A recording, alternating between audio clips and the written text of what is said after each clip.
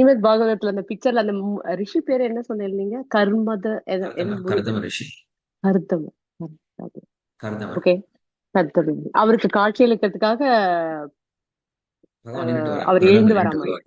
ஆ. எழுந்து வந்து காட்சி கொடுக்கிறார். அண்ட் அப்புறம் என்னோட இன்னும் ஒரு question, but not related to today's class.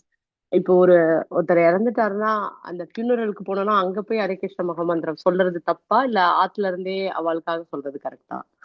அங்க போய் சொல்றது இன்னும் பெட்டர். அங்க போய் கீர்த்தனை பண்ணா இன்னும் பெட்டர்.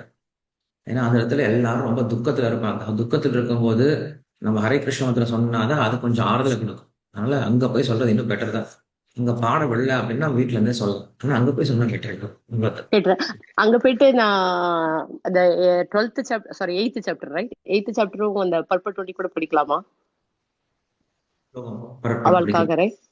கண்டிப்பா பிடிக்கும். இப்போ ஆனா இது இங்க வந்து அந்த இது வந்து நடந்த, I think, I don't know, Sunday தான் அந்த ஃபியூனரல் இருக்கு. பட் எப்ப இறந்து போனா தெரியல. பட் ஸ்டில் அந்த ஆத்மாக்கு நம்ம எப்படி இருந்தாலும் பண்ணலாம், ரைட்? நாட் உடனே சொல்லணும் அப்படிலாம் கிடையாது. அந்த ஆத்மாக்கு எப்ப வேணா சொல்லலாம், ரைட்? எப்ப வேணா பண்ணலாம்.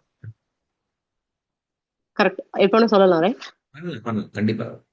Okay. Okay, thank you Prabhuji. Hare Krishna.